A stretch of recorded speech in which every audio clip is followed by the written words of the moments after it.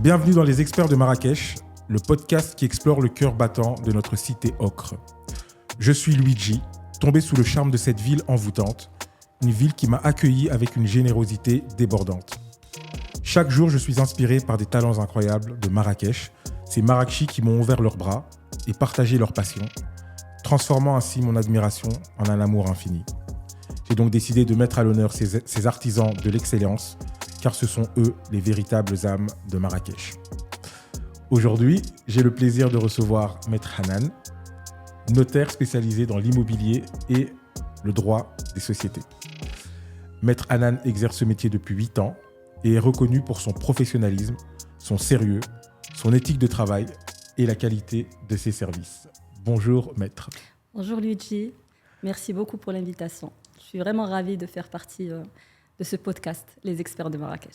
C'est le premier épisode et pour moi aussi c'est un honneur de pouvoir te recevoir. Oui. Alors est-ce que tu peux en quelques mots te présenter, expliquer un peu ton parcours et puis parler de ton étude notariale?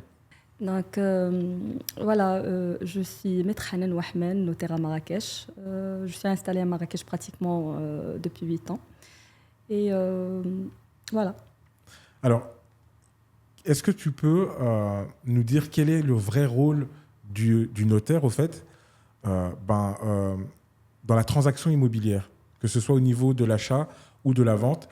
Quel est le vrai rôle? Qu'est-ce que le notaire a comme garantie de sécurité juridique? Donc, avant de répondre à ta question, Luigi, j'aimerais bien insister sur le fait que la valeur du bien immobilier est souvent l'investissement le plus important pour une personne ou une famille. Donc, pour revenir à ta question, qui comporte 2 volets, je commencerai par indiquer que le notaire est un officier public, pratiquement et actuellement nommé par le Premier ministre, qui est le chef du gouvernement. Et la mission principale du notaire, c'est d'authentifier les actes qu'il reçoit. En plus du devoir de conseil vis-à-vis de ses clients. La profession de notaire est régie par la loi 3209. Donc elle est réglementée au Maroc par la loi 3209.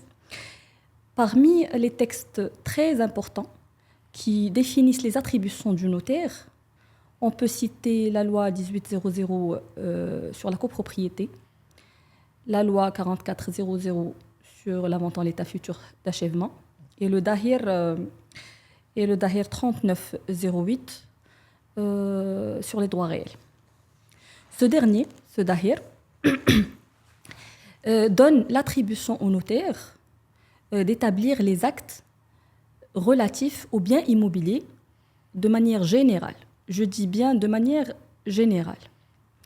Cependant, dans la pratique, et pour diverses considérations, notamment la sécurité des parties qui contractent, le notaire se limite uniquement aux biens immeubles immatriculés, ou au moins en cours d'immatriculation.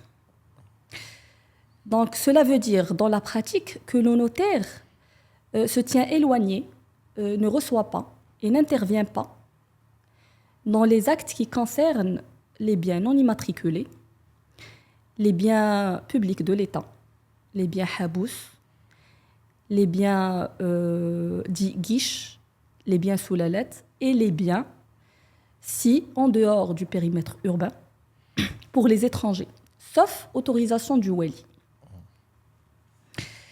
Donc, j'en viens au deuxième volet de la question. Désolée si je suis un peu longue. C'est très très bien. C'est un peu long, mais c'est très important à connaître. Exactement. Et à comprendre. Donc, pour le second volet de la question, c'est-à-dire la mission du notaire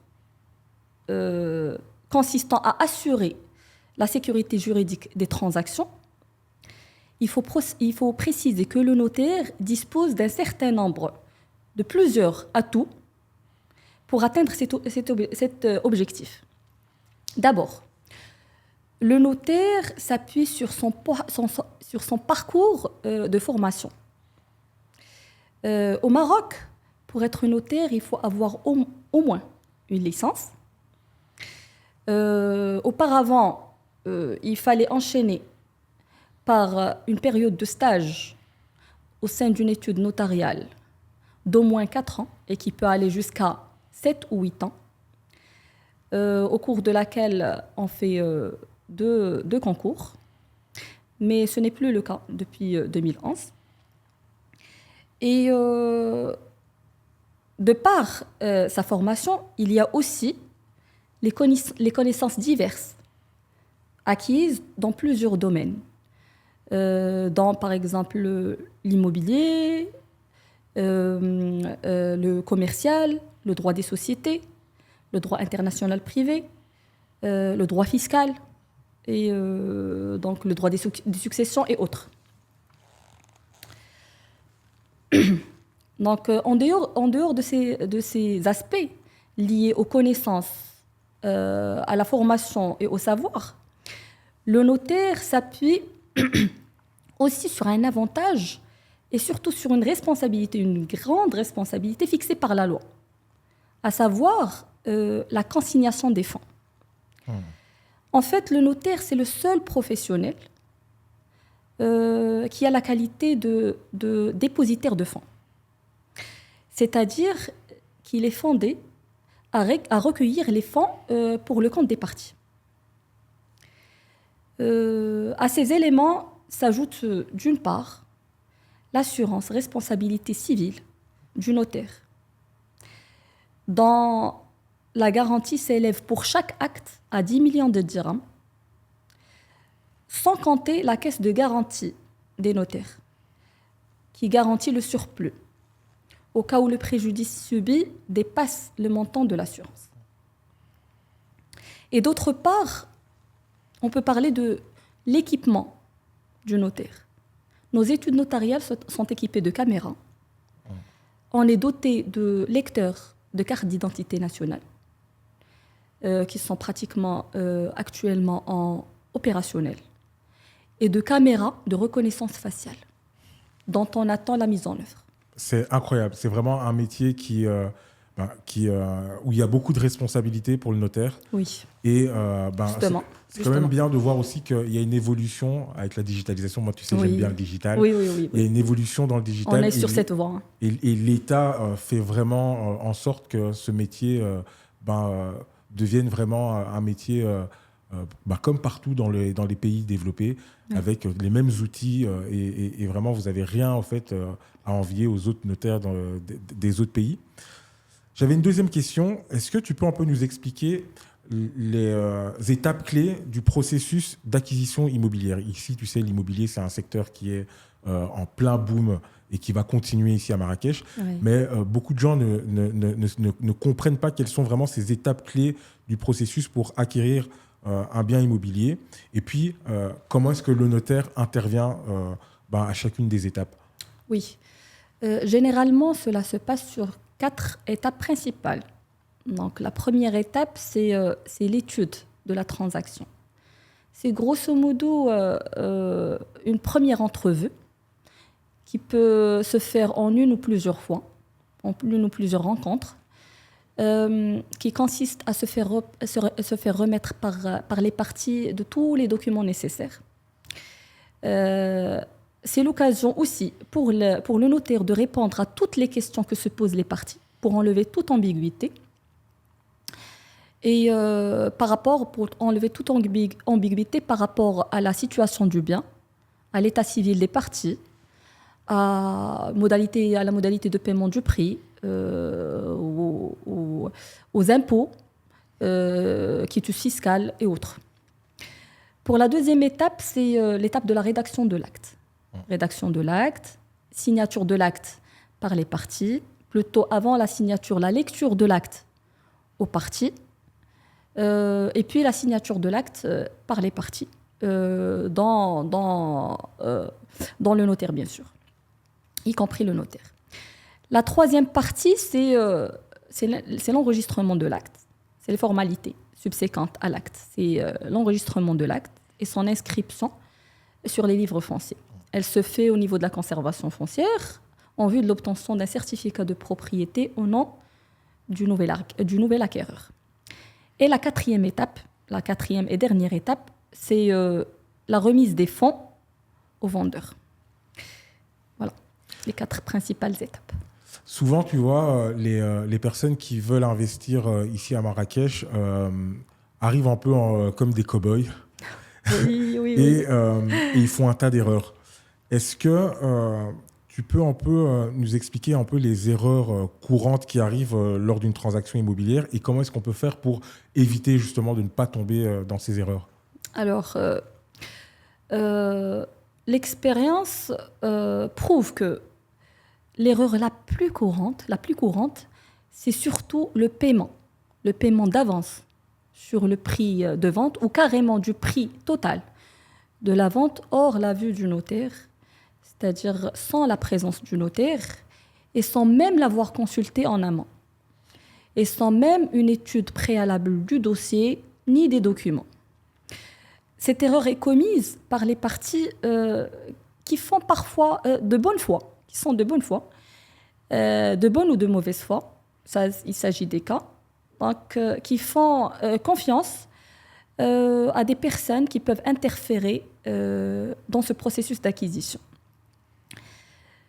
Donc, à mon avis, recourir au conseil d'un notaire et plus généralement faire appel à un notaire dès le tout début de l'opération ou de la transaction permet d'éviter ce genre d'erreur et de sécuriser la transaction.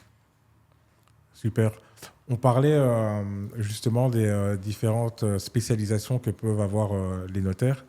Il y a une spécialisation, moi, qui pour moi est importante, c'est le droit à la succession. Oui. Et en matière de droit à la succession et de transfert de propriété, comment est-ce que le notaire intervient pour assurer une transaction légale et qui se fasse dans les règles de l'art? Oui, il y a 2 cas. Donc, en droit marocain musulman, la succession se fait en vertu d'un acte d'hérédité qui est dressé par les adouls. Mais pour les étrangers, par conséquent, pour les étrangers, la succession peut se faire ou bien. Donc, c'est un acte de notoriété, on appelle ça un acte de notoriété. Il peut se faire ou bien par un notaire marocain. Et c'est dans ce cas-là, ça serait simple parce qu'il sera inscrit automatiquement à la conservation foncière. Ou bien par un notaire français. Je parle de français parce qu'on a plus l'habitude de traiter avec les ressortissants français. On a l'habitude de traiter avec eux. Dans ce cas-là, c'est le notaire français. Il peut faire l'acte de notoriété, mais cet acte de notoriété devra être soumis à une procédure de traduction, c'est-à-dire qu'il doit être traduit en langue arabe, puis il doit faire l'objet d'exéquature. L'exéquature, c'est-à-dire une décision du tribunal qui rend l'acte étranger exécutoire sur le territoire marocain. C'est à ce moment-là qu'il peut être déposé et reçu au niveau de la conservation foncière et par voie de conséquence inscrit sur le titre foncier. Voilà. Je pensais à un truc, souvent, nous les jeunes et aussi ceux qui avons vécu à l'étranger, je pense à mes frères MRE, mais aussi certains qui sont ici, on dit qu'on est marié, mais en réalité, on a fait un mariage coutumier. Oui. Et est-ce on a des droits, quand on a fait uniquement un mariage coutumier, de dire que voilà, j'ai mon bien et voici ma femme et mes enfants. Demain, si je meurs, c'est eux qui seront les successeurs. Oui, ça c'est un cas spécial. Il s'agit des...